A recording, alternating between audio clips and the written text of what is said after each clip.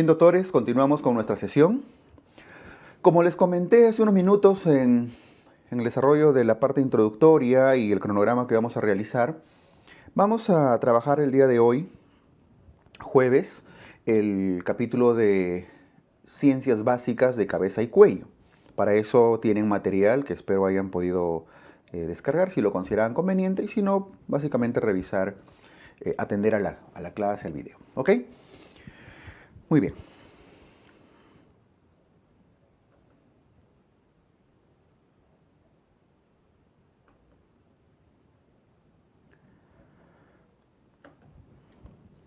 Vamos a desarrollar ahora el capítulo de el tema de huesos de la cabeza. ¿Ok? Cuando hablamos de huesos de la cabeza, tenemos que ver que tenemos básicamente 22 huesitos en el cráneo. Vamos a hablar del cráneo primero. 22 huesos en el cráneo. Estos 22 huesos se dividen en dos partes. En un neurocráneo, que viene a ser el cráneo, la bóveda craneana y la base del cráneo, y un esqueleto facial, los huesos de la cara. Entonces, los de la bóveda craneana y los de la cara. ¿Ok? Lo voy a escribir acá abajo en el cuadrito. Tenemos un neurocráneo y tenemos un esqueleto facial. Entre paréntesis, cara. Y arriba en neurocráneo vamos a poner, se dividen en bóveda y base. Los huesos pueden ser pares o impares respecto, con relación a si hay dos huesos o uno solo. O sea, hay uno izquierdo y uno derecho, entonces es par. Si solamente es uno central, es un hueso impar. Por ejemplo, ¿cuáles son huesos pares específicamente cuando hablamos del neurocráneo? Empiezo con neurocráneo y lo voy a poner de color azulito para hacer diferencia, ¿ok? Para no generar confusiones acá. Neurocráneo. ¿Cuáles son los huesos pares? El hueso parietal, que está al costado, y el temporal, o los parietales y los temporales. En la imagen del medio, en la segunda imagen, le voy a poner las letritas. Este viene a ser el temporal y este viene a ser el parietal. Tenemos lado izquierdo y lado derecho. Por eso abajo en el cuadro lo ponemos parietal y temporal. ¿Ok? ¿Y cuáles son impares? Estamos en el neurocráneo. Para empezar, el que está delante, frontal, y el que está detrás, el occipital. Vean nuevamente la imagen del medio, esta parte sencilla, frontal y occipital, ¿cierto? Aun cuando es sencillo, yo he visto en preguntas todavía se confunden mucho entre parietal y temporal, ¿eh? Así que tengan cuidado. Frontal y occipital. Porque no hay izquierdo y derecho, es uno solo. ¿Ok? ¿Cuáles más corresponden al neurocráneo? Faltan dos de los impares, el etmoides y el esfenoides, que se encuentran más que nada en la base del cráneo. No se ven en esta visión frontal. En la segunda imagen se ve parte de ellos. Este verde que está formando la cara interna de la fosa orbitaria viene a ser el etmoides, y este de color moradito, claro, viene a ser el ala mayor del esfenoides. Son las partes laterales. En un corte sagital vemos un poco más completo, viéndolo por la parte interna, el etmoides, que tiene su lámina perpendicular que termina formando el tabique nasal, y el esfenoides por detrás. Un poco más posterior estamos viendo al temporal. Bien, entonces lo voy a marcar en esa imagen. Este es el etmoides en la tercera imagen, y el verde viene a ser el esfenoides. Son impares porque no hay etmoides izquierdo y esfenoides izquierdo-derecho, ¿no? Entonces en el cuadro abajo donde dice huesos impares, pongo etmoides y esfenoides. Con eso tienen los huesos pares, parietal y temporal, y los huesos impares, frontal, occipital, etmoides y esfenoides. Bien. Ahora vienen los huesos del esqueleto facial. Algunos son nuevamente pares, lo voy a poner ahora de rojo, los del esqueleto facial, y empiezo por el nasal, el hueso nasal, que viene a ser este de acá. En una imagen frontal, el celestito, ¿no? Este es el hueso nasal. Tenemos al hueso, que son izquierdo y derecho, ¿ah? Tenemos a los huesos lacrimales, que son estos dos celestitos que están acá en la cara, en la parte interna. de la fosa orbitaria. Lo voy a ampliar un poco para que esté más claro. Este celeste de acá y este otro celeste de acá. Los huesos lacrimales. Al hueso lacrimal también se le denomina unguis. Lacrimal o unguis. ¿Ok? Bien. Tenemos al maxilar inferior. Al maxilar inferior, este de acá, el maxilar inferior, que aunque parece uno solo, en realidad es izquierdo y derecho, que termina formando una sutura bastante sólida que da la apariencia de que es un hueso único como la mandíbula, pero no, el maxilar son dos huesos que se terminan soldando al final de la pubertad aproximadamente, muy parecido al de los huesos coxales en el caso de la pelvis. Entonces tenemos al maxilar. Maxilar. Si quieren lo denominan maxilar superior, para aclarar. El de arriba. ¿Ok? Otro par, el hueso malar. Este verde de acá, el malar. ¿Okay? Ven que junto con el frontal y el maxilar terminan formando el arco que da el círculo de la fosa orbitaria. Entonces este verdecito, el malar. Hay malar izquierdo y malar derecho. O cigomático, ¿no? Malar cigomático. ¿Qué más? ¿Qué otros son pares? El cornete inferior. Cornete inferior es este celeste de acá. Ahora, cuando digo inferior es porque hay cornetes medios, que son estos dos de los costados, y hay cornetes superiores. El cornete superior que está atrás del nasal y el medio, los cornetes, no son huesos independientes, forman parte de otro hueso que es un poco más interno, que es el etmoides. El etmoides, que acá está de color verde y acá está de color naranjita, ¿ok? Hacia los costaditos da dos cornetes. Vamos a verlo. Me adelanto un poco en la imagen. Acá. Esto es acá. Este es el etmoides. Esta es la lámina perpendicular y dos son los cornetes. Cornete superior, cornete medio, cornete superior y cornete medio. El cornete inferior es un hueso independiente, no forma parte del etmoides. ¿Ok? Entonces con eso, acá lo marco. Cornete inferior. Ya saben, el medio y el superior forman parte del etmoides. Y nos falta uno más, el hueso palatino, el que forma parte del paladar. Está por dentro, ¿ok? Por dentro del maxilar. El palatino. Que aquí está tomando el color, de acá, el colorcito medio moradito. Está debajo del etmoides, debajo del esfenoides y forma parte del techo de la boca, de la cavidad bucal. Esos son los pares. Y los impares, lo que son uno solo, básicamente son dos. La mandíbula, que es este de acá, creo que pues, es fácil de reconocer, y uno más, el hueso vomer. El vomer. El vomer es este huesito que se los voy a mostrar en esta imagen de acá. En la primera imagen, en la frontal, donde estoy poniendo la flecha roja, ahí está, el vomer. Es este pequeño huesito vertical que al unirse a esta lámina del etmoides, que es la lámina perpendicular, terminan formando el tabique nasal, el tabique intermedio de la nariz. A los costados tienen a los cornetes. Entonces aquí forma el tabique, la lámina perpendicular del etmoides con el hueso vomer. El vomer y la mandíbula vienen a ser los impares de la cara. Listo, con eso tienen... Con eso tienen los 22 huesos. Si se dan cuenta y quieren comprobar, vamos a ver acá, parietal 1, 2 temporal, 3 nasal, 4 lacrimal, 5 maxilar, 6 malar, 7 cornete, 8 palatino. 8 por 2 tienen sus 16 huesitos. Y acá tenemos 1 frontal, 2 occipital, 3 etmoides, 4 esfenoides, 5 mandíbula y 6 vomer. 6 huesos. 16 más 6, ahí tienen los 22 huesos de la cabeza, divididos en neurocráneo y esqueleto facial. ¿Ok?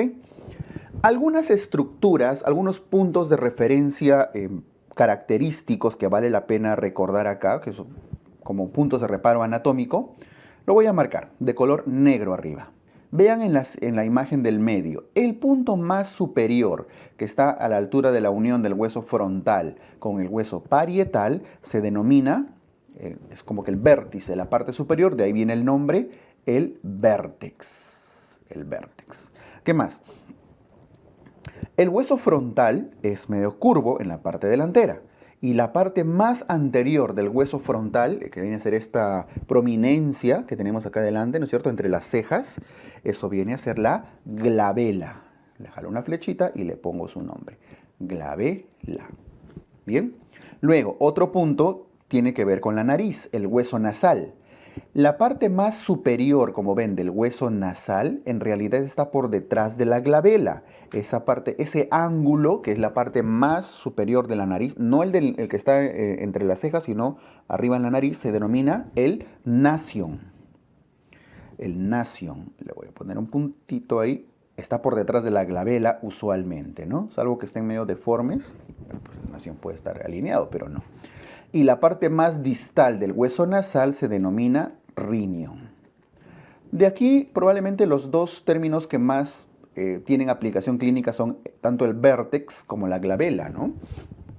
¿Cierto? La glabela, cuando hacen partos distóxicos de frente y demás, pueden hacer palpación de estos puntos. ¿Qué más? Otro punto importante. El punto más anterior de la mandíbula se denomina el gnation, así con G. Gnation. Gnation, de ahí viene el prefijo, el sufijo, perdón, de prognatismo, retrognatia, etc. Cuando la mandíbula está hacia adelante o hacia atrás. Luego, y el punto más posterior, en este caso la curva de la mandíbula que va hacia atrás, eso se denomina el gonion. Hay más, se describen más de 60 puntos de reparo anatómico y todos tienen así nombres entre latín y griego. Probablemente vértex, glabela, gonion, gnation sean los que más aplicación clínica tengan cuando hablemos en el caso de la mandíbula, de luxaciones temporomandibulares, por ejemplo, ¿no? Ahora, algunos otros puntos que quiero que acá tengan en cuenta son los puntos de unión, al menos dos de ellos. Vean esta zona que une, lo voy a poner con lapicito nomás, esta zona que une el hueso parietal, el occipital y el temporal. Es como una estrella, como un asterisco, ¿no es cierto?, donde confluyen tres huesos, parietal, occipital y temporal. Es como una estrella, como un asterisco, de ahí viene el nombre, el asterion. Asterion, punto de reparo anatómico en la confluencia de estos huesitos, en la parte posterior. Luego, hacia el costado, hacia la zona de la sien, hacia la zona lateral, vean la zona de confluencia entre el hueso parietal, temporal, el frontal y el esfenoides. ¿Cuántos huesos confluyen acá? 1, 2, 3, 4, y ven que se forma una H. Esa H, esa zona de confluencia, de intersección, también recibe un nombre. Eso se llama el pterion, así como está escrito, el pterion. Entonces, reconozcan el pterion en la zona lateral y el asterion en las zonas posteriores. Bueno, ambos son laterales, uno anterior y el otro posterior. El pterion tiene importancia porque está relacionado a los músculos pterigoideos, a las apófisis pterigoideas en esta zona. ¿Ok? Muy bien, con eso tenemos la distribución de los huesos y de los puntos de reparo anatómico, al menos de los más importantes que tienen cierta relevancia clínica. ¿Ok? ¿Qué más? En el tema de suturas craneales, vemos antes que las suturas a las fontanelas. ¿Y cuántas fontanelas tenemos? Tenemos 6 fontanelas. Esto lo ven en neonato, ¿no? De hecho, el cierre de las fontanelas es parte del desarrollo, de la evolución del neonato. Las fontanelas, lo voy a mantener de azulito, son 6. 2 en la zona central, esta es una de ellas, la fontanela anterior o fontanela bregmática. anterior o fontanela bregmática. Y la fontanela posterior o fontanela lambdoidea, ¿cierto? Esto es tema de neonatología porque cada una de ellas tiene su tiempo de cierre. La última en cerrarse de todas las fontanelas es la fontanela anterior o bregmática. Además tenemos 4 fontanelas más, 2 a cada lado. Vean la imagen de la izquierda, ahí estoy señalando una de ellas, es la fontanela esfenoidal o esfenoidea. ¿Por qué? Porque cuando esa fontanela osifique, va a dar origen al hueso esfenoides, que en una imagen ya de adulto lo encontramos esta que hemos visto, ¿no? Esta moradita de acá da origen al ala mayor del esfenoides, que ahorita vamos a ver su anatomía. Bien. Ahora, en la parte posterior, acá donde hay un puntito rojo, tenemos a la fontanela mastoidea. La fontanela mastoidea va a dar origen después, va a dar origen a la zona mastoidea del hueso temporal, cuando ya sea adulto. Entonces, fontanela esfenoidea por 2, porque soy izquierdo-derecho, mastoidea por 2, van 4, más la bregmática y la endoidea, están las 6 fontanelas. Luego tenemos las suturas. Tenemos suturas sagitales, hay una sagital anterior y una sagital posterior. La diferencia es que la sagital anterior es una sutura temporal. Cuando digo temporal no me refiero al hueso temporal, ¿eh? Porque en realidad es frontal, ¿no? Frontal 1, frontal 2. Pero el frontal es uno solo, es un hueso impar. Lo que pasa es que las dos porciones de este hueso frontal terminan soldándose, uniéndose para formar un solo hueso. Por eso el frontal es uno solo. A ese tipo de suturas que desaparecen con el tiempo para dar origen a una sola estructura se les denomina suturas metópicas. Bien. Y el sagital posterior sí permanece, es el que va a dar unión después a los huesos parietales, parietal 1, parietal 2, o parietal izquierdo y parietal derecho. El dato clínico de esta sutura sagital es que de todas las suturas es la que con un poco más de frecuencia tiende a generar craneosinostosis, que es la mala unión, ¿no? A veces cuando uno de los huesos se termina montando sobre el otro, cabalgándolo, suturas cabalgadas. Voy a ponerlo acá como craneosinostosis dentro de la aplicación clínica. Tenemos las suturas occipitales, tenemos las suturas laterales, también 2 a cada lado. Bien, esto con el desarrollo de las suturas y fontanelas, que en realidad lo ven bastante en neonato. No olviden que todas estas suelen ser sinartrosis, articulaciones sinartrósicas. ¿Ya? Incluso acá lo pongo, aquí también, todos los huesitos estos de acá, los huesos del cráneo, forman articulaciones sinartrósicas, salvo uno de ellos, 2 de ellos, la que vemos acá. Esta articulación entre el temporal y la mandíbula no es una sinartrosis, porque esa genera movimiento, ¿cierto? Esa es una articulación condílea. La mayoría sinartrósicas, pero la temporomandibular, el temporal y la mandíbula generan una articulación de tipo condílea. Vamos a entrar en detalle en un momento. Y hay otra articulación más acá, no sé si se han dado cuenta. El de los dientes. Los dientes con el maxilar superior y los dientes con la mandíbula, ¿qué tipo de articulación generan?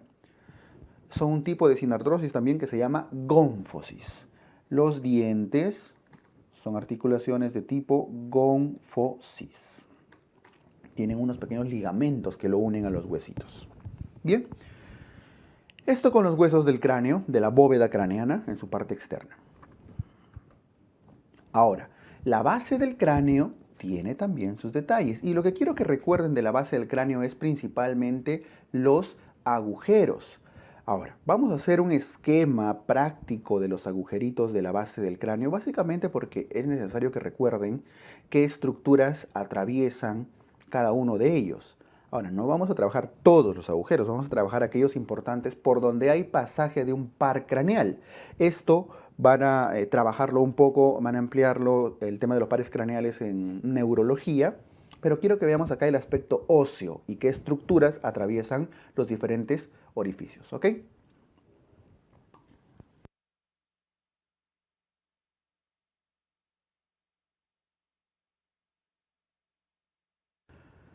A ver, concentrémonos acá. Están los nombres y los diferentes agujeritos dibujados o representados a la derecha. Voy a jalar flechita en cada uno de ellos y luego voy a escribir en la columna derecha el contenido que tienen.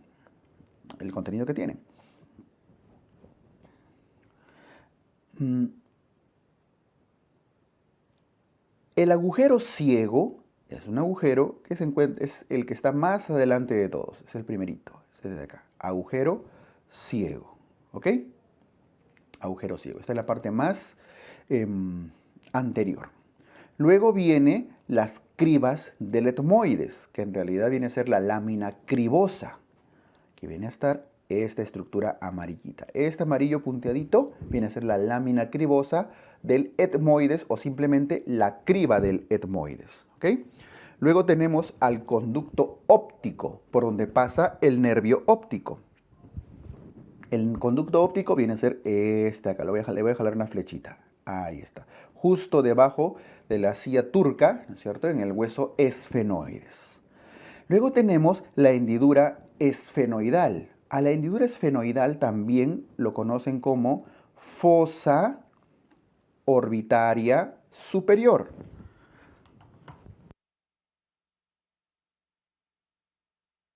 Si hay una fosa orbitaria superior, quiere decir que hay una fosa orbitaria inferior, pero esta fosa orbitaria inferior tiene en este momento una menor importancia clínica porque no es un par craneal precisamente que pase por acá, al menos no un tronco importante. Pero lo vamos a comentar. La fosa orbitaria superior, llamado también hendidura esfenoidal, evidentemente es un espacio, una hendidura en el hueso esfenoides. Es esta estructura que está acá por debajo. Si este es el agujero de conducto óptico, por acá debajo alcanzan a ver que hay como un agujerito, es largo.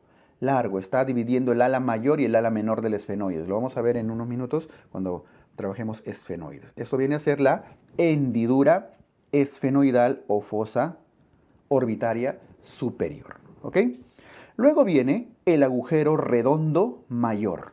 El redondo mayor, o simplemente redondo, cuando solo le dicen redondo, cuando solamente le mencionan redondo, se está refiriendo al redondo mayor, pero hay uno menor, que ahorita les recuerdo, que viene a ser uno redondito, haciendo honor a su nombre, ese de acá. Sí se nota, ¿no? El rojito, rojo sobre rojo, a veces medio raro. Si hay un agujero redondo mayor, hay uno menor. Este menor, me salté un rato, me paso para allá. El agujero redondo menor viene a ser este agujerito de acá. No sé si quiero que noten bien claro. Este pequeñito. Este es el mayor y este es el menor.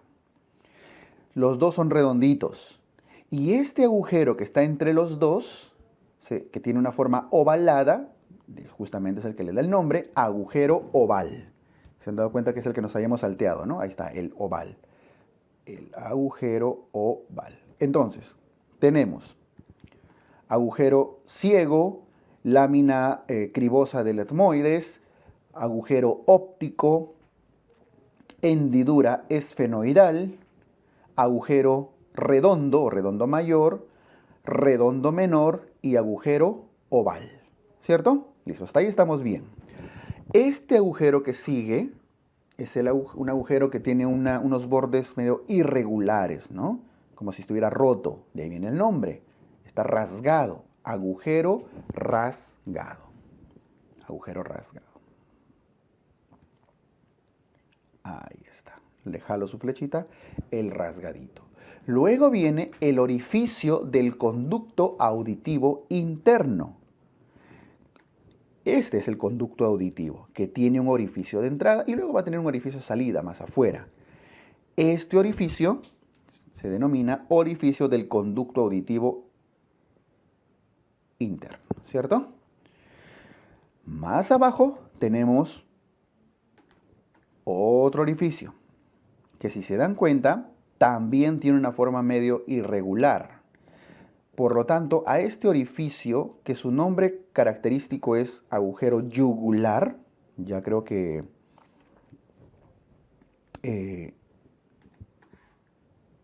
quiero que recuerden ese nombre, yugular, también se le llama agujero rasgado posterior. Por lo tanto, a este rasgadito que habíamos puesto acá, este rasgado, algunos le llaman agujero rasgado anterior para diferenciarlo de este de acá, el rasgado posterior. ¿Ok? Pero bueno, su nombre más característico, agujero yugular.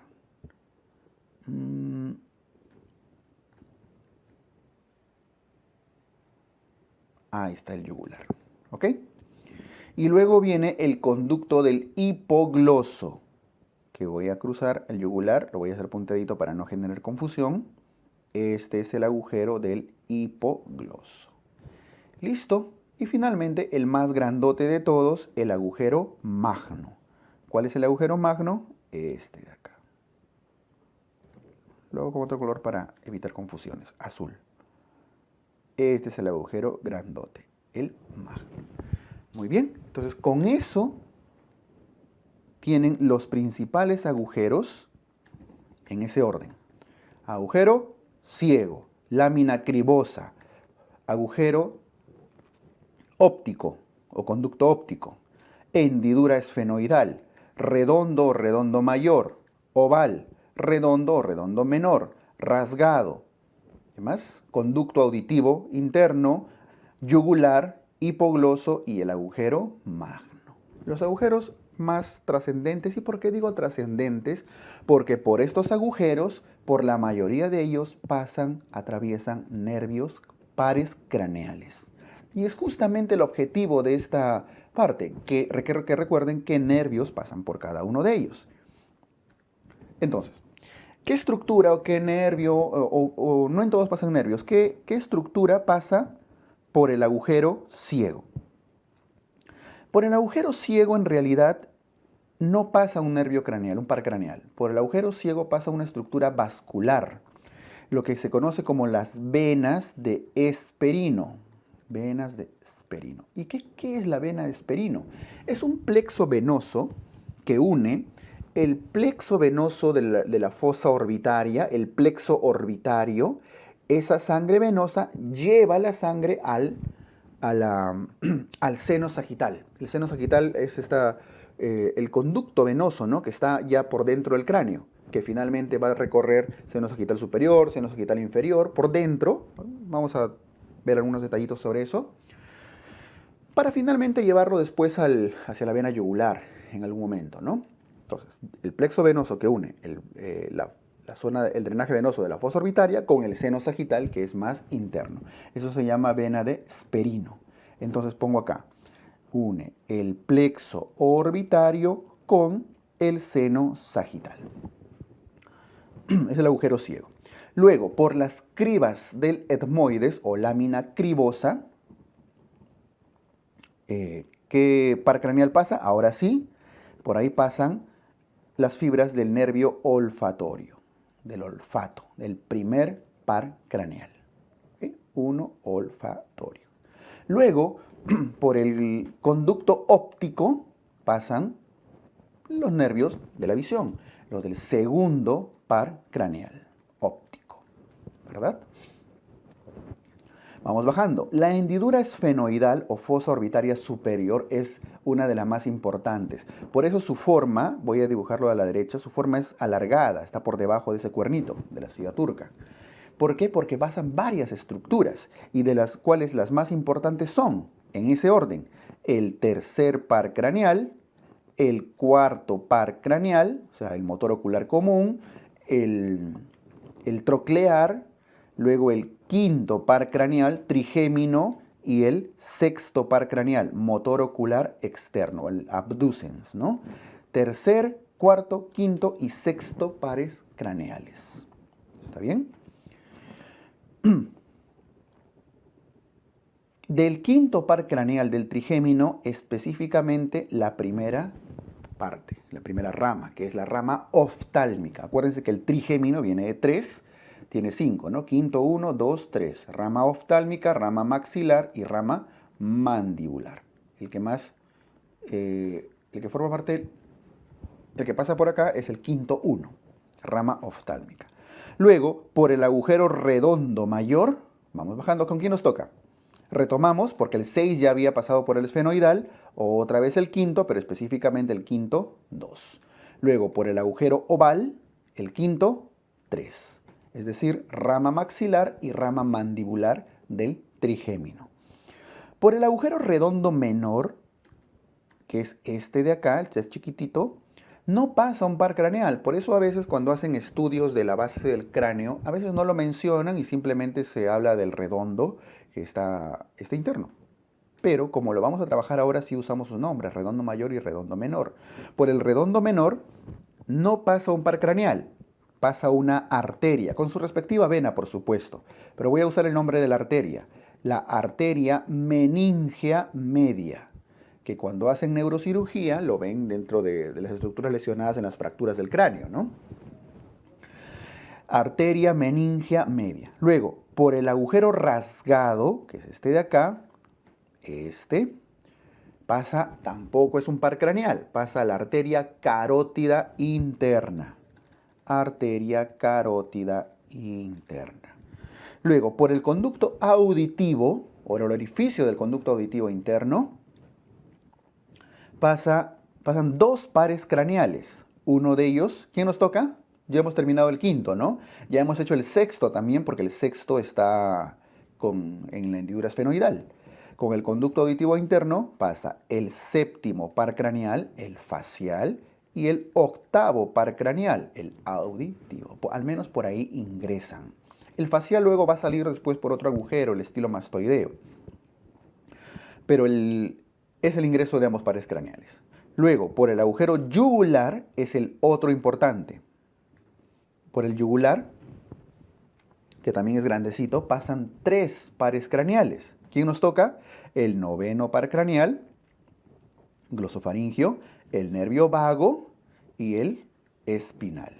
Glosofaringio, vago y espinal. Y luego, por el conducto del hipogloso, que es este que está acá medio casi de costadito, no el grandote, el magno no, este del costadito, ¿quién pasa? Hasta recibe el nombre del hipogloso, el 12º par craneal. No digan 12º, el 12º. Y luego finalmente, por el agujero magno, ya no pasan nervios craneales, ya los terminamos todos.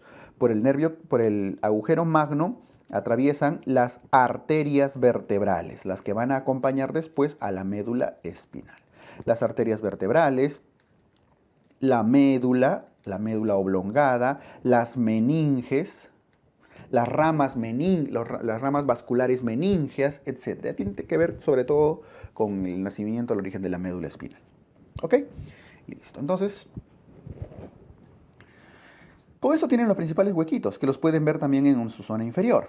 Pero lo que quiero que tengan claro acá como concepto es, recuerden qué par craneal pasa por cada uno de los agujeros. ¿Ok? Bien. Ahora,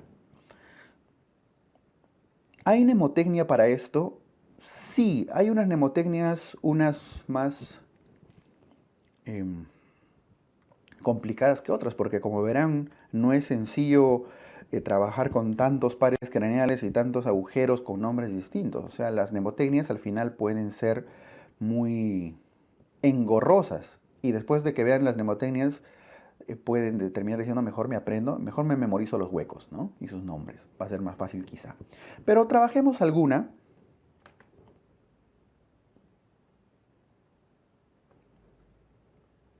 Entonces, ¿qué dice nuestra mnemotecnia? A ver, esto es de tiempos universitarios, cuando llevé anatomía de hace más de 20 años atrás, así que puede estar bastante desactualizada, pero a mí todavía me sigue ayudando. ¿Qué decía? Con este, feo, Romeo, acá, rapeo. Ustedes dirán, rapeo, ¿qué es eso? Bueno, pues lo que escuchábamos pues, fines de los 90, inicios de los 2000, ¿no? He querido hacer uno que sea más actual y que diga acá perreo, pero no sale, o se ve más complejo. Pero, ¿qué significaba? Una frase creo que dentro de todo es fácil de acordar, todavía me acuerdo. El tema es que luego tienen que armar una frase que deriva de esta. Toman las dos primeras letras de cada una de ellas. Las dos primeras letras. ¿Y qué les va a salir? Les va a salir así. CO, ES, FE, RO, AC, RA. Incluso en el último sí se toma la última más. RAP. Fácil de acordarse. C viene de criba, la criba del etmoides. O viene de óptico, del agujero óptico. Esfe viene de hendidura esfenoidal. Hendidura esfenoidal. ¿De qué vendría? R vendría de redondo. O viene de oval. AC van juntos, viene de acústico. Y RAP viene de rasgado posterior. Por eso la necesidad de llevar la P, para que quede claro. Rasgado posterior o, en todo caso, yugular. ¿Cierto? Listo. Entonces, la inicial de cada letra, incluso con esfe es fácil de recordar, les va a dar el nombre del agujero. Pero ojo, en esta mnemotecnia solo se consideran los agujeros que van a dar paso a pares craneales. No está el redondo menor, no está el rasgado de adelante por donde pasa la carótida. Aquí solamente vamos a sacar pares craneales. C de criba, O de óptico, esfe de esfenoides, R de redondo, O de oval, AC de acústico auditivo, RA, P de rasgado posterior. ¿Ok? Y van a ver que cada uno de ellos va a dar origen, la letra C, a un solo par craneal. 1. ¿A cuál de ellos? Al primer par craneal. La letra O es una sola letra, va a dar origen a un par craneal, que es el siguiente, el 2. El segundo par craneal, el óptico. Esfe son 4 letras, por lo tanto va a dar origen a 4 pares craneales, o van a atravesar los 4 pares craneales. ¿Cuáles serían? Tercero, cuarto, quinto y sexto. ¿Cierto? Pero del quinto, saben que es el quinto 1, específicamente. 4 pares craneales. Por el R de redondo, es una sola letra, pasa un par craneal, que viene a ser el quinto 2. Por el O, es una sola letra, pasa un par craneal. ¿Quién nos toca? El quinto 3. Luego, AC de acústico son 2 letras, por lo tanto tienen que pasar 2. ¿Quién nos toca? Ya no es el 6 ya lo hicimos. Nos toca el 7 y el 8. Facial y auditivo. Y luego RAP son 3 letras, por lo tanto pasan 3 letritas. 3 pares craneales. ¿Quién nos toca? Noveno, décimo y décimo primer par craneal. Glosofaringio, facial y espinal. Bueno, ya no consideran al conducto del hipogloso porque ya no van a fallar en esa, ¿no? ¿Quién pasa por el conducto del hipogloso? El nervio, el par craneal hipogloso, pues el 12º. Con esto no deberían tener inconvenientes en encontrar qué par craneal pasa por cada uno de los agujeros. Ahora, ¿demora? Sí, demora. Pero a no recordar de memoria qué nervio pasa, el minuto que les toma construir esto, los 2 minutos, les podría asegurar una pregunta que sería difícil si es que no tienen recuerdos de los agujeros. Ahora, si no recuerdan el nombre de los agujeros, no recuerdan los pares craneales, por lo menos sus nombres, a qué nombre corresponden, pues ya fue, ¿no? Ahí sí ni con mnemotecnia ni con nada. Como les decía al inicio, la mnemotecnia puede ser tan compleja que al final dicen, mejor, más fácil me parece recordar los huequitos. Bueno, a ver cómo les va con eso, ¿no? Que sería lo ideal. Alguna vez me mostraron otra, esta sí no es mía, bueno, la primera, la de arriba sí, pero la de abajo, que les voy a poner ahora, sí me la enseñaron, no recuerdo quién hace tantos años. Decía, es lo mismo, bien parecido, el objetivo es el mismo, con estas feas rosas, cautivas o cautiva, o cautivo, no sé, raposas. ¿Y qué es raposas? Bueno, dícese de raposa de un animalito de 4 patas que empieza con Z y termina en Ra, ¿no es cierto? Así que ya saben a dónde va. Pero bueno, con estas feas raposas, cautivas raposas. Igual sale su CO, dos primeras, CO, ES, FE, RO, CA, R, igual toman 3. Criba, óptico, esfenoides, redondo, oval, conducto auditivo, rasgado posterior. Igual sacan cada uno de los pares craneales. ¿Por dónde pasa la rama oftálmica del trigémino? Listo. ¿Por dónde pasa? Por el agujero esfenoidal. ¿Por dónde pasa el décimo par craneal? El vago, por el rasgado posterior o yugular. Y así pueden sacar cada uno de ellos. Bien. Me parece muy complejo, muy difícil, muy largo. Listo. A memorizar cada uno de sus pares craneales. ¿Ok? Cerrado. Chévere.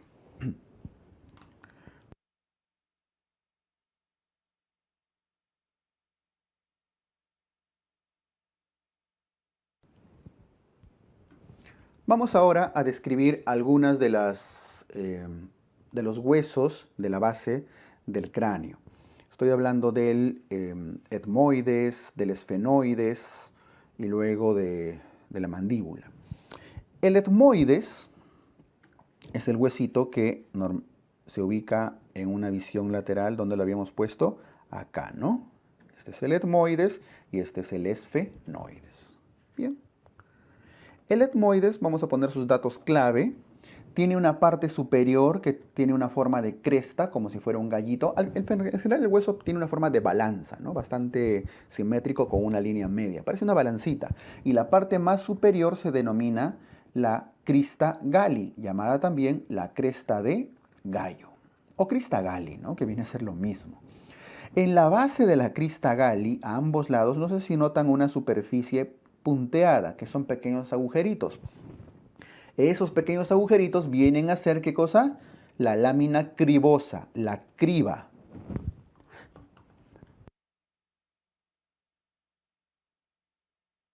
De ahí viene el nombre de la criba del etmoides. ¿Y qué par craneal pasaba por ahí? El olfatorio, ¿no es cierto? Muy bien. Luego, en la parte inferior, vemos esta estructura alargada, corresponde a la lámina perpendicular. Esa lámina perpendicular se va a conectar abajo ¿con qué hueso? Con el vómer para formar el tabique nasal. A los costados tenemos a este de acá, al cornete medio. ¿Y por qué no le llamo inferior? ¿Se acuerdan? Porque el cornete inferior que está más abajo no es del etmoides, es un hueso independiente. Nuevamente retomo la imagen, en esta visión, el cornete inferior es este de acá, el celestito, y este rosado ya es el cornete medio, rama del etmoides, como una apófisis, ¿no? Cornete medio y por supuesto el de arriba es el cornete superior. Este tronquito, esta apófisis de acá alargada, se denomina la apófisis unciforme o uncinada, o uncus del etmoides. ¿Qué más? Esta estructura plana que va hacia los costados, hacia los lados del etmoides, corresponde a la cara interna de la fosa orbitaria. Esa cara lateral del etmoides es la que se ve por dentro en el agujero óptico, en la fosa orbitaria. En la fosa orbitaria, para ser más precisos. Este verde de acá. Esa es la zona lateral del etmoides. ¿Está bien? Listo. Fosa orbitaria a ambos lados. Entre los cornetes se forman meatos, que en otorrino tiene cierta trascendencia, ¿no? El meato superior, el meato inferior. Entre el cornete superior y el cornete medio, el meato superior. Entre el cornete medio y la apófisis informe, el meato inferior. Bueno, entonces, estas son preguntas siempre posibles. ¿Dónde está la cresta de gallo? Ya se preguntó. ¿Dónde se forma la lámina cribosa? Y respecto a la lámina perpendicular, sobre todo como parte del tabique nasal, ¿no? Del etmoides. El esfenoides, a la derecha, es lo que conocen como el hueso murciélago. Voy a cambiar de color. El hueso murciélago. Otros le dicen el hueso búho. Murciélago, búho. una fumada, un poco de ivermectina y probablemente empiecen a ver otro animalito ahí, ¿no? Pero bueno, tiene sus alas. El ala menor, son esos cuernitos que parecen los cachitos, el ala menor del esfenoides, y este de acá viene a ser el ala mayor. Voy a señalarlo desde arriba. El ala mayor. Ala menor y ala mayor. Noten que entre el ala menor y el ala mayor del esfenoides hay una estructura medio irregular, alargada, a manera de hendidura. ¿Lo notan? Viene a ser la hendidura esfenoidal, hendidura del esfenoides. ¿Y se acuerdan la importancia de la hendidura del esfenoides? Pues por ahí pasaban, ¿quiénes? 4 pares craneales. ¿Cuáles eran? Tercer par craneal, cuarto par craneal, quinto par craneal, rama oftálmica, el quinto uno, y el sexto par craneal, el abducens. Esta es la hendidura esfenoidal, visto por delante en una visión del esfenoides. ¿Qué más es importante de estructuras del esfenoides? El esfenoide tiene hacia abajo 2 apófisis, que son importantes recordar. La apófisis pterigoidea medial, apófisis pterigoides medial, y la apófisis pterigoides lateral. ¿Por qué son importantes? Porque en esas apófisis se originan los músculos pterigoideos, tanto lateral como medial respectivamente, las apófisis pterigoideas. Bien, esas son. Ahí se originan estos músculos. Bueno, esta estructura que está hacia los costados del ala mayor del esfenoides es la que se ve en las imágenes laterales, esta imagen moradita, ¿no? Esta es la ala mayor del esfenoides, que en algún momento se forma, en los recién nacidos, es una fontanela, la fontanela esfenoidal. Listo, en una visión superior del esfenoides tenemos también esta estructura que conocen como la silla turca, de importancia a la hora de hablar en endocrino, las glándulas endocrinas. Listo, esto respecto a etmoides y esfenoides, huesos impares de la base del cráneo. El hueso temporal, que viene a ser el huesito que se forma en la parte posterior, por debajo del parietal, por delante del occipital, este de acá, ¿no? Este, ahora sí lo pinto, lo resalto, el temporal. Ya, ese temporal, aquí estamos viendo el del lado izquierdo, se divide en realidad en 3 porciones. Lo voy a puntear acá.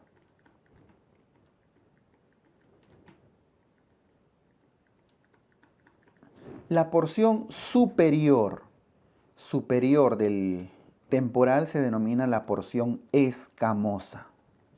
La porción escamosa se caracteriza porque además que forma parte de la bóveda craneana, por la porción escamosa da una apófisis que se va a conectar con la apófisis del hueso malar, la apófisis cigomática.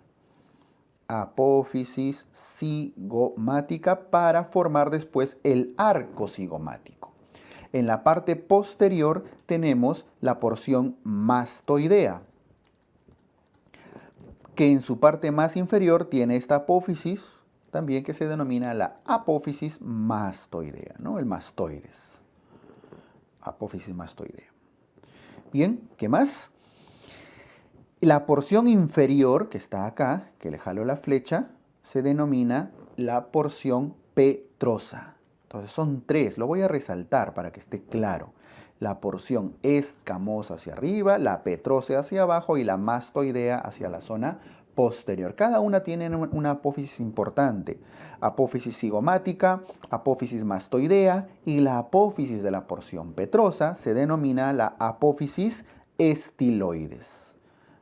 De ahí se va a originar el estilogloso, el estiloioideo, diferentes músculos que vamos a ver cuando trabajemos cuello.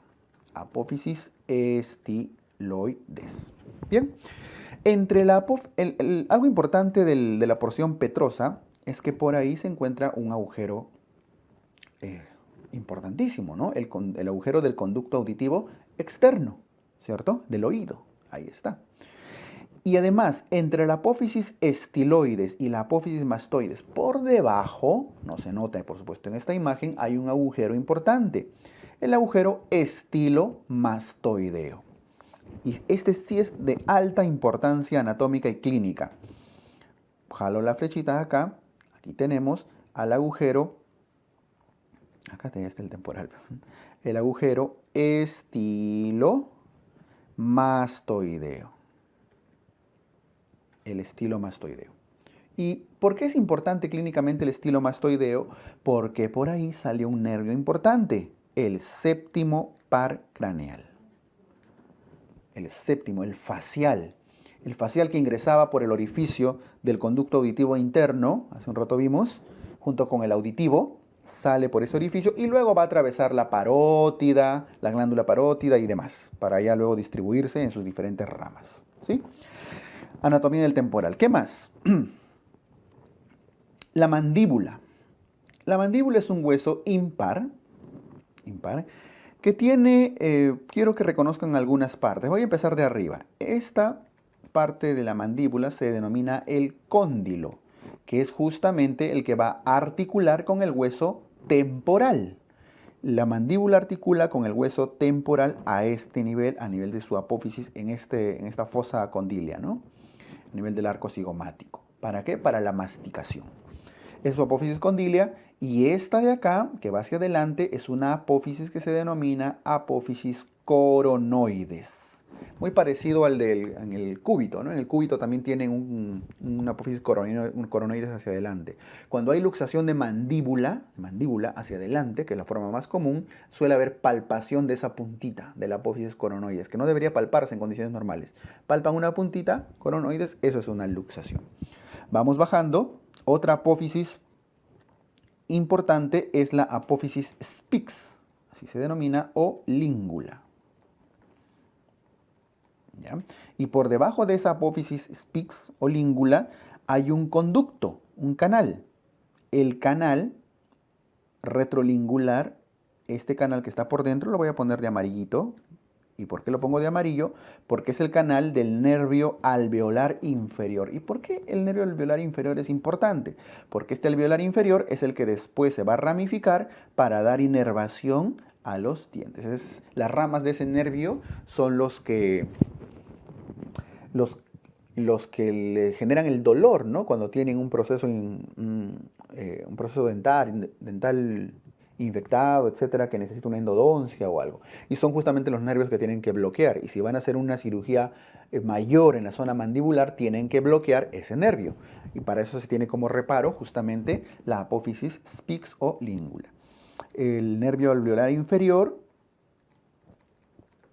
que por cierto es rama del quinto 3, de la rama mandibular del trigémino, una rama sensitiva.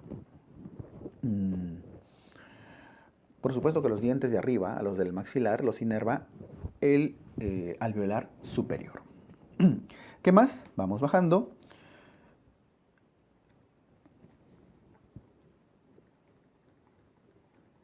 Esta estructura que estoy pintando de rojito es una tuberosidad.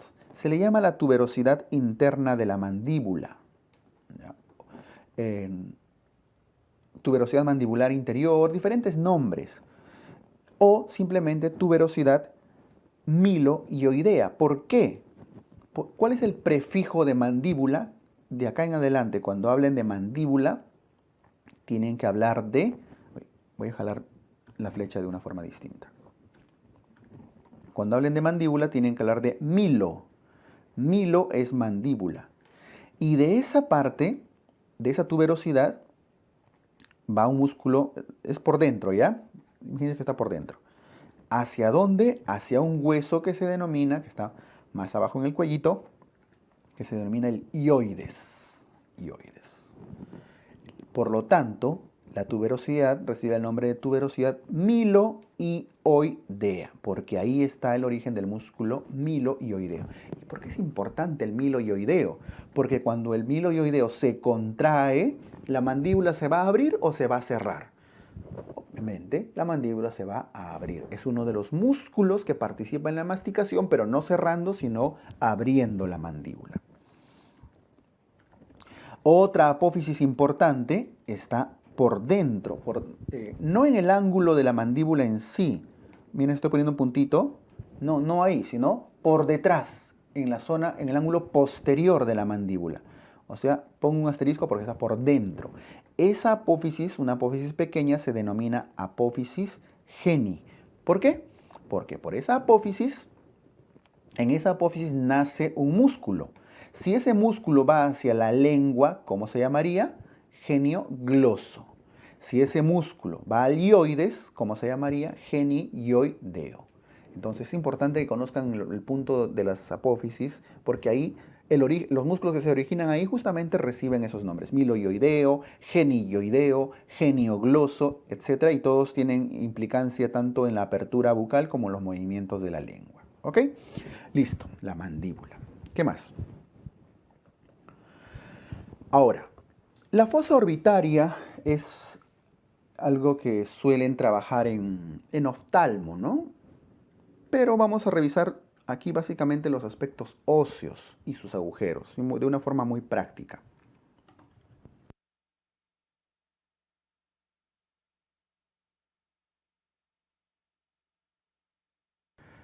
La fosa orbitaria en general, es una fosa, un agujero, voy a hacerlo como un cuadrado, que tiene como límites por la parte superior al hueso frontal, ¿cierto? En su parte interna principalmente al hueso lacrimal, hacia la zona lateral al hueso malar y hacia la zona inferior al hueso maxilar y a parte del palatino. Entonces, solo como una visión general. Vean el huesito hacia arriba frontal, malar al costado, hacia abajo el maxilar palatino y hacia adentro el lacrimal. Por supuesto que al formar arcos, de hecho que el frontal toma parte también de la parte interna, igual el cigomático de la parte inferior, etcétera, ¿no es cierto? Pero quiero que ubiquen más o menos la posición de los huesos. Y en la parte posterior, formando el fondo de la fosa orbitaria, tienen principalmente al hueso etmoides y al esfenoides. ¿Cierto? Listo. Ahora, alrededor de esta fosa orbitaria, en diferentes partes, hay diferentes agujeritos. Vean, al costado están los nombres. Voy a ponerle letritas a cada uno de ellos. Miren, este blanco de acá se denomina la zona lacrimal. A. ¿Ok? Zona lacrimal. Este marroncito de acá se denomina la zona troclear. Tiene que ver con el músculo troclear también, ¿no? B, zona troclear. Este agujero de acá arriba se denomina agujero supraorbitario porque está en la parte superior de la órbita. Por lo tanto, el que está abajote, este de acá, le pongo D, porque viene a ser el agujero infraorbitario. Entonces, con eso vemos los que están excéntricos, ¿no? El zona lacrimal, el troclear, agujero supraorbitario, agujero infraorbitario. Vamos ya cada vez más adentro. Pongo letra E. El conducto óptico, que es evidentemente por donde pasa el nervio óptico, ¿cierto? El par craneal, el segundo par craneal, es este de acá. No sé si notan que a este le he puesto la letra E, ¿cierto? Y luego vienen las fisuras orbitarias. Fisura orbitaria superior y fisura orbitaria inferior. Por eso lo voy a dividir, superior e inferior. Al superior le voy a poner la letra F y al inferior le voy a poner la letra G. Este F es el más grande, el superior, y este G es el inferior. Notan, no sé si han notado el detalle, fisura orbitaria superior. ¿Quién era la fisura orbitaria superior? ¿Recuerdan? La fisura orbitaria superior era la hendidura esfenoidal, ¿cierto? Y por ahí pasaban varios pares craneales. Muy bien. El conducto lacrimal viene a ser este de acá, el que lleva el FGH. Estamos en la H, ¿no? Este H. El que lleva las lágrimas a la nariz, cuando están llorando. Y sale como moquito. Y luego vienen ya los agujeros etmoidales, que están en el etmoides, que son estos chiquitos de acá, todos pequeñitos, a la altura del etmoides, y ya ni nombre ni siquiera lo señalo. Noten, quiero que ubiquen bien la configuración sobre todo de estos tres, de la fisura orbitaria superior o hendidura esfenoidal, de la fisura orbitaria inferior y del conducto óptico. Esos tres. Porque esos tres son los que van a transportar por esos tres van a atravesar estructuras principales, ¿cierto? Y ahí está, fisura orbitaria superior, ven varios amarillos porque hay varios nervios, conducto óptico, por ahí pasa el nervio óptico, y la fisura orbitaria inferior. ¿Se acuerdan cuando hicimos los pares craneales y los agujeritos? Decíamos que la fisura orbitaria superior o hendidura esfenoidal, si hay una fisura superior también hay una inferior, pero no la comentamos porque pasan estructuras menos frecuentes, menos trascendentes desde el punto de vista de pares craneales. Ahí está, ven, y pasa básicamente una venita. La vena oftálmica inferior. Alrededor, rodeando, formando un círculo alrededor de estas fisuras, se forma el famoso anillo de Zinc, que en oftalmo suelen verlo. No olviden que el anillo de Zinc tiene que ver con la configuración de los músculos, si este es el ojito, ¿no? Forman el recto superior, recto inferior, recto externo, recto interno, como peinándose para atrás, ¿no? Como tirándose el cabello para atrás. Y esos se insertan justamente en la fosa orbitaria. Ahí en la zona de inserción de la fosa orbitaria se forma un círculo formado por la inserción de esos músculos. Ese círculo que forman los haces musculares en su zona de inserción se denomina el anillo de Zinc. Hay estructuras que pasan por dentro del anillo de Zinc y hay estructuras que pasan por fuera del anillo de Zinc. Probablemente desde el punto de vista de pregunta nos importe un poco más cuáles son las estructuras que pasan por dentro del anillo de Zinc. Y aquí tienen el cuadrito, ya está escrito. Fisura orbitaria superior, que viene a ser esta de acá, ¿cierto? Vean lo que estoy marcando, todo eso de acá. Algunas estructuras están dentro del anillo de Zinc y otras estructuras están por fuera del anillo de Zinc. Las que están por dentro son el nervio oculomotor, tercer par craneal, el naso ciliar. El naso ciliar es una de las ramas del quinto uno. A ver, hago un pequeño paréntesis. No olviden que el trigémino se divide en rama oftálmica, rama maxilar y rama mandibular, ¿no? La oftálmica, que es la que pasa por acá, el quinto uno, se divide en tres ramitas, en la NFL. N de naso ciliar, F de frontal y L de lacrimal. Son las tres ramas del quinto uno. No es el objetivo ahorita, pero para que vean de dónde salió el naso ciliar. Es el quinto uno, ramita del quinto uno. Entonces, por dentro pasa el oculomotor, tercer par craneal, el naso ciliar, rama del quinto 1N le pongo, el motor ocular externo, que es el sexto par craneal. Y por fuera pasa la vena oftálmica superior, nervio troclear, cuarto par craneal, y el lacrimal, que es quinto 1L y quinto 1F. O sea, el mismo trigémino se divide en tres partes, en el nasociliar, en el lacrimal y el frontal. Solo el nasociliar pasa por dentro del anillo de Zinc.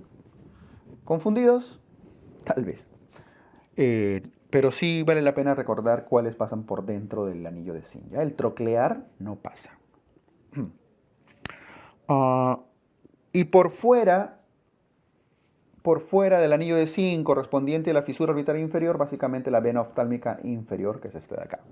Fácil de acordarse.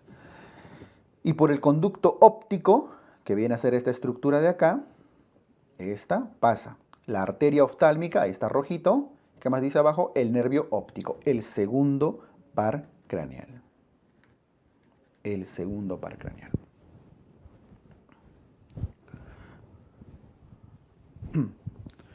Incluso algunos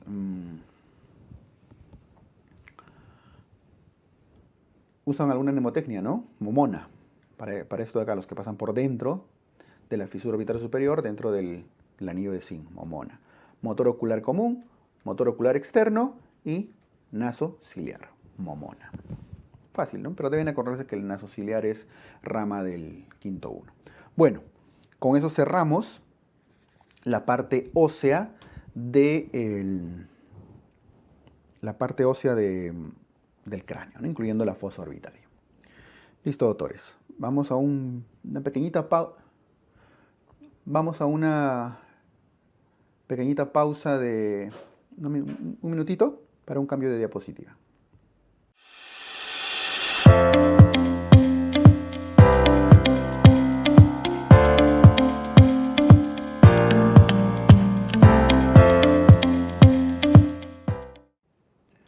Bien, doctores, continuamos. Continuamos ya con la última parte de nuestra sesión de hoy. Vamos a revisar cuero cabelludo y luego cuero cabelludo de una forma bastante superficial, porque es básicamente ver las capas, y luego ver una revisión sobre los músculos de la expresión facial y los músculos masticatorios. ¿Ok? Vemos ahora cuero cabelludo. Las capas del cuero cabelludo son estas que les voy a enumerar. La capa más externa es la más fácil, ¿no? La piel. El tema es que debajo de la piel, que podemos decir el tejido celular subcutáneo, en realidad el tejido celular subcutáneo se divide en dos capas. El tejido celular subcutáneo denso o simplemente tejido celular denso. Y si hay uno denso, hay uno laxo. El laxo viene a ser este de acá, dividido por una estructura que ahorita les digo. Tejido celular laxo. Entonces, hay un denso y un laxo. ¿Por qué la diferencia?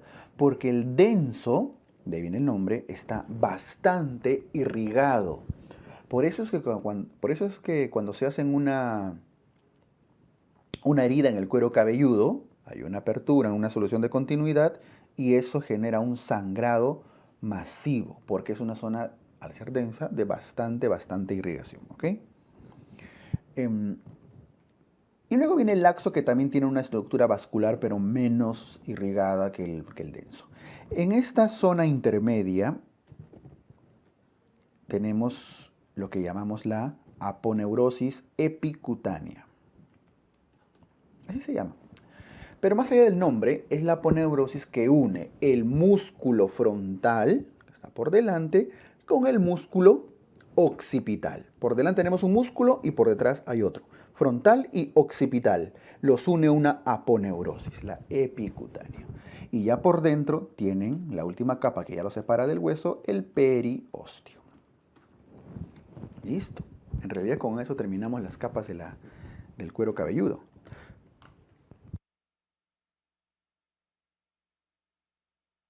Lo que quiero que recuerden es por dónde pasa la vasculatura, ¿no? Por el tejido celular denso. Ahora, no nos vamos a quedar ahí. Por supuesto que luego viene el cráneo, el hueso, que ya los hemos trabajado a los diferentes huesitos, y por dentro vienen las meninges.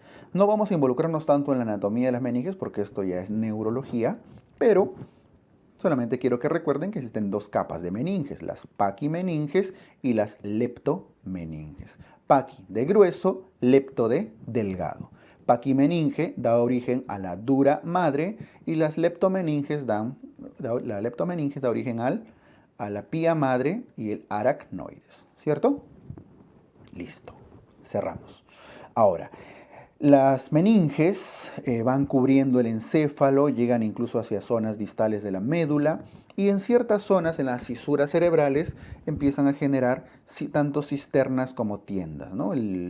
Invaginaciones de las meninges hacia la parte interna, tanto de las capas de la dura madre y de las leptomeninges también, formando tiendas, senos sagitales. Estos espacios vacíos, entre comillas, en realidad son conductos venosos que se denominan senos. No olviden que estos senos terminan siendo el drenaje venoso de prácticamente toda la cabeza y están formados justamente por las invaginaciones de las meninges. Seno sagital superior y más adentro seno sagital inferior.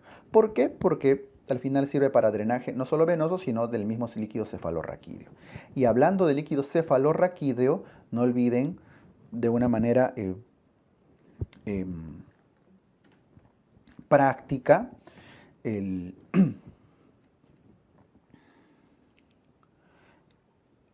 la circulación del líquido cefalorraquídeo, ¿no es cierto?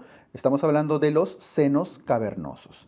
No olviden que el líquido cefalorraquídeo se forma en los ventrículos laterales, tanto las astas superiores como las astas inferiores, ¿cierto? Ahí está. Astas superiores, astas inferiores. En el asta posterior no tanto, pero se forman los ventrículos laterales. Los dos primeros ventrículos, ¿ok? Esos dos primeros ventrículos se comunican después con el tercer ventrículo y luego con el cuarto ventrículo. Tercer ventrículo y cuarto ventrículo. El conducto que une los ventrículos laterales con el tercer ventrículo, ¿cómo se denomina? El conducto o agujero de Monro, ¿cierto? Esto es Monro. En neurología van a trabajar bastante esto. Monro. Y el conducto que une el tercer ventrículo con el cuarto ventrículo corresponde, ventrículo, ¿no? Me sale el mote. El conducto o acueducto de Silvio, ¿cierto? Tienen a Monro y tienen a Silvio. Entonces, el líquido cefalorraquídeo se forma en los plexos aracnoideos de los ventrículos laterales, pasa por Monro al tercero y del tercero pasa al cuarto por Silvio. Del cuarto ventrículo tiene que pasar al espacio subaracnoideo. Este de acá, que está acá de color celeste. Entonces acá se nota un poco ventrículos laterales, tercer ventrículo, cuarto ventrículo. Del cuarto ventrículo debe pasar al espacio subaracnoideo. A través de 3 orificios. Acá donde está la flechita, pasa del cuarto ventrículo al espacio subaracnoideo a través de 3 orificios. 2 son laterales y 1 es medial. Los laterales, con L de lateral, con L de Luschka. Los agujeros de Luschka, que son 2, y el del medio, con M de medio, el agujero de Magendie. Luschka y Magendie. El líquido cefalorraquídeo entonces pasa al espacio subaracnoideo, circula y luego tiene que pasar hacia los senos venosos, que ya está de un color celeste oscuro o azul. Pasa del espacio subaracnoideo hacia la circulación venosa, ahí está, a través de estos corpúsculos, los corpúsculos de Paccioni. Aquí le pongo un nombrecito. Los corpúsculos de Paccioni, o Paccioni, ¿no? Entonces, resumamos nuevamente todo. Ventrículos laterales, Monro, tercer ventrículo, Silvio, cuarto ventrículo, Luschka, Magendie, espacio subaracnoideo, recorre el espacio subaracnoideo alrededor del cerebro y por los corpúsculos o granulaciones de Paccioni pasa a los senos venosos. Y estos senos venosos pues, se representan arriba. Tienen una dirección sagital, uno por arriba y uno por más adentro, seno venoso sagital superior, seno venoso sagital inferior. El de atrás se llama seno venoso recto y atrás tenemos a los senos occipitales. Entonces, ya la sangre venosa que ha recogido el drenaje del líquido cefalorraquídeo, además del drenaje venoso de gran parte de la cabecita, termina yendo en esa dirección. Senos venosos sagitales superiores, seno venoso sagital inferior, seno sagital o seno venoso recto, seno occipital, y todos confluyen en una estructura que se denomina la prensa de Erófilo. La prensa de Erófilo termina yendo hacia los senos cavernosos y los senos cavernosos terminan formando la vena yugular. ¿Ok? Listo. Y ese es el recorrido. Vamos a trabajar la irrigación y drenaje venoso de la cara y el cuero cabelludo en otro tema. Pero con esto resumimos el recorrido del líquido cefalorraquídeo y su respectivo drenaje venoso. Bien. Y cerramos este repaso inicial con músculos de la cara. Los músculos de la cara se dividen en 2 grupos: los músculos de la expresión facial y los músculos de la masticación. Son en total alrededor de 103 músculos que encontramos en la cabecita, en esta zona. ¿Tengo que memorizar todos? No, no es el objetivo memorizar todos, Menos los de la expresión facial, que son un montón de musculitos. Cada uno de ellos tiene su nombre. Pero sí deben recordar a los principales músculos de la masticación. Y algo más importante, quién los inerva. Entonces, dentro de los músculos de la expresión facial, no todos están en la cara. De hecho, este músculo que está acá arriba corresponde al músculo frontal, ¿cierto? Y no sé si notan, más arriba del frontal hay una estructura que está color rosado claro.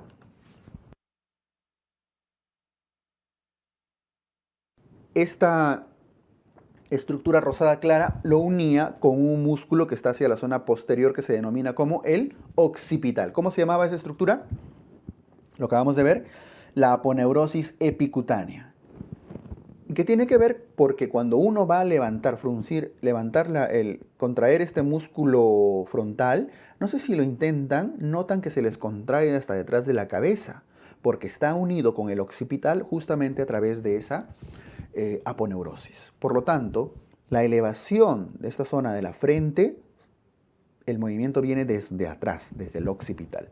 Forma parte de la expresión facial. Tienen otros músculos, como el músculo orbicular de los ojos, le llama también orbicular de los párpados. Tienen el músculo elevador del párpado. Tienen el músculo elevador de las cejas. Los que lo elevan, pues, ¿no? Elevador del párpado, elevador de las cejas, orbicular de los ojos, elevador del ala de la nariz y de los labios, elevador de los labios, el músculo buccinador, el músculo risorio, el músculo depresor de los labios, el músculo mentoniano, etc. Todos llevan nombres de algún tipo de movimiento en la cara, así que va a ser muy fácil reconocerlos. Voy a poner algunos. Elevador del ala de la nariz. Elevador de los labios, elevador superior de los labios. El músculo buccinador. Buccinador, ¿no? Es el que les permite hacer como piquito, hacer su besito vengador. Eso, ¿no? El buccinador. El músculo risorio. El músculo depresor de los labios. El músculo mentoniano. Y el de abajo, este que está cubriendo, el platisma. El platisma se le llama el músculo de la tristeza, porque es el que desde abajo hace la sonrisa de payaso, ¿no? Es el que jala los ángulos de la boca y toda esa parte hacia abajo.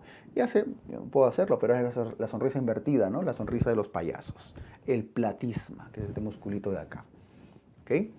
Bueno, algunos ya por la papada, pues ya desapareció el platisma, ¿no? No se nota. Y de hecho, en cirugía plástica, el platisma, se suele hacer plicatura del platisma y se plica un poco para recuperar lo que alguna vez fue nuestro cuello, ¿verdad?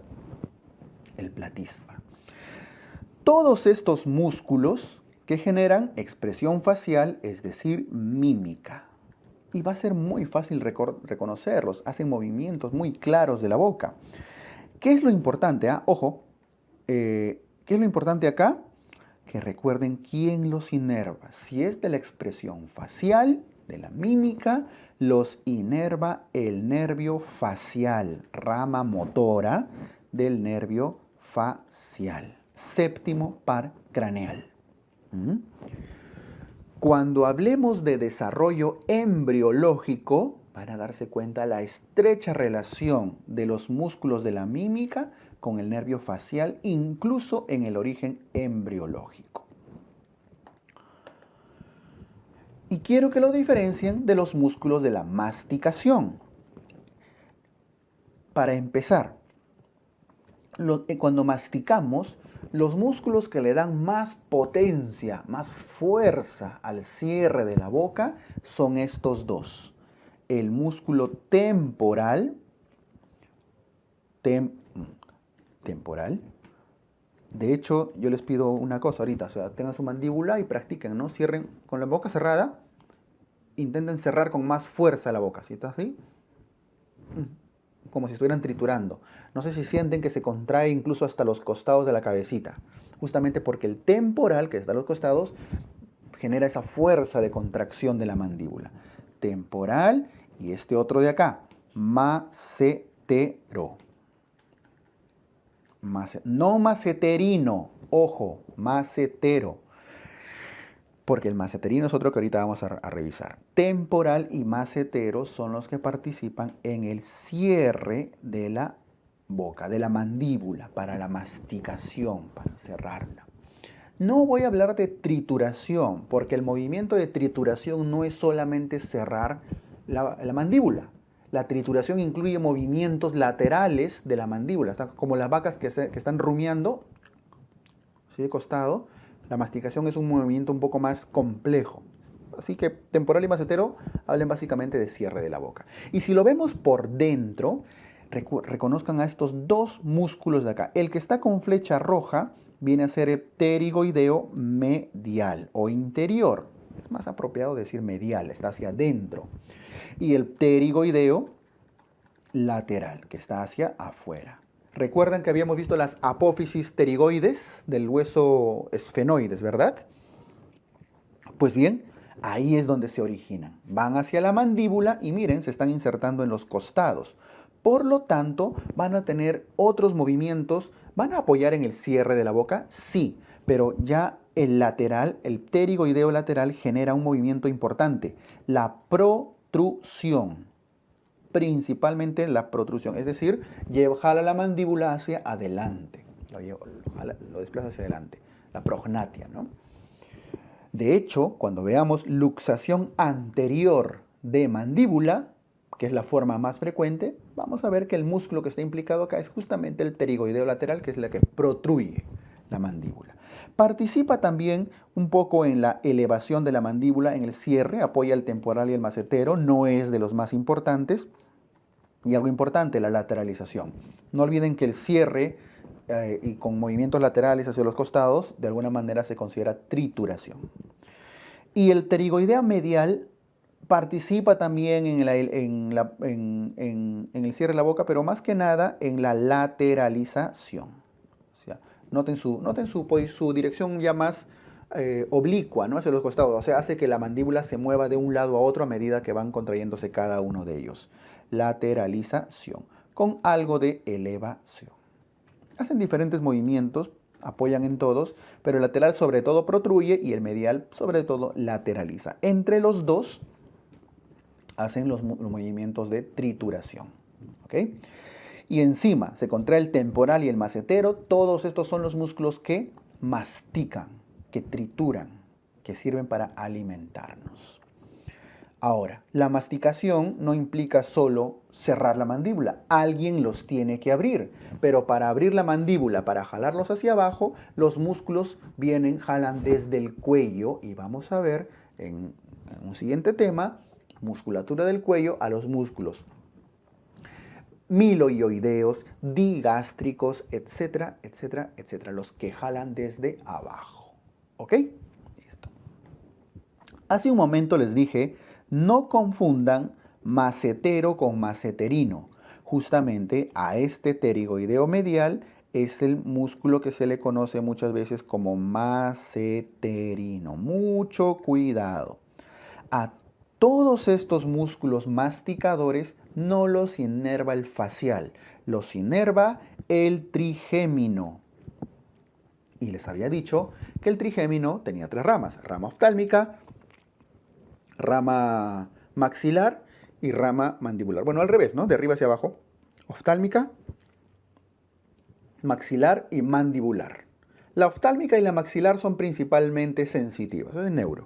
Y la maxilar sí es tanto sensitiva y motora. Justamente esta rama motora del quinto 3, nervio mandibular, tercera rama del trigémino, es la que da motricidad para la masticación. Cuando hablemos en general de masticación, tenemos que hablar de trigémino. Y cuando hablamos de expresión facial, tenemos que hablar de séptimo par, el facial. Muy bien.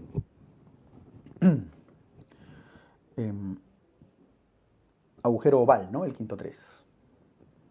Conducto auditivo, el séptimo par.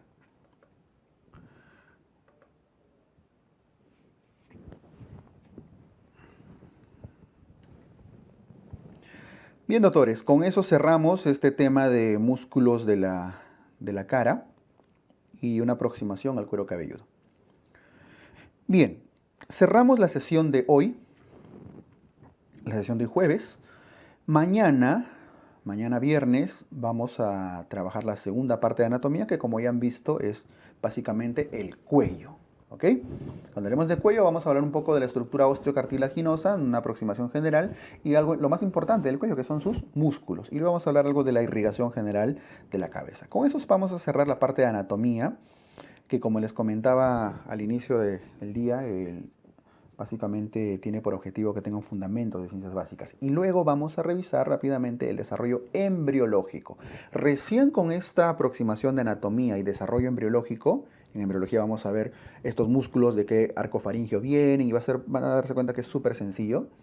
Recién con eso vamos a trabajar algunos temas de fundamentos teóricos de masas de la cabeza y el cuello y algunos tópicos selectos de trauma de cabeza y cuello, ¿ok? Bien, doctores, entonces, con eso cerramos la sesión de hoy. Nos vemos mañana viernes, muy temprano. Gracias.